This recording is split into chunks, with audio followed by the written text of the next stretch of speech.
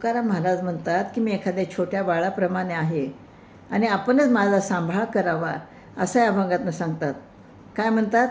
धावे माते सोयी बाळन विचारिता काही, मग त्याचे जाणे निके अंग ओढवी कौतुके, नेने सर्पदोरी अंगी भरते हाती धरी, तेविने ते नेणे अनेक काही तुका म्हणे.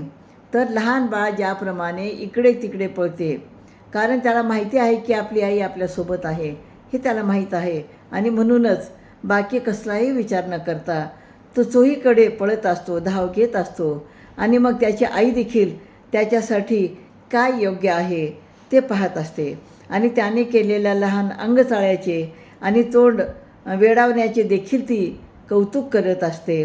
तसेच हा लहानगा सर्प आणि दोरी ह्यातला फरक न कळल्यामुळं त्या हाती धरण्याचा प्रयत्न करतो. इतकेच काय, परंतु आगीला देखील मुठीत घेण्याचा प्रयत्न करतो. परंतु ह्या सर्वातून आई त्याचा पदोपदी सांभाळ करते, त्याला वाढविते.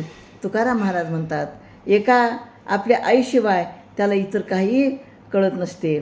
तो आई व्यतिरिक्त इतर काही पण तो जाणत नाही.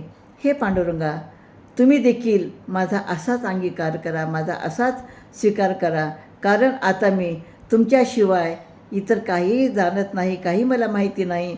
एवढेच काय, स्वतःची काळजी घेणे देखील मला अवघड होऊन बसले आहे. त्यामुळंच तुम्हीच सांगा की काय तो माझा योग्य तो तुम्हीच सांभाळ करावा, असे या ठिकाणी म्हणतात. रामकृष्ण हरी.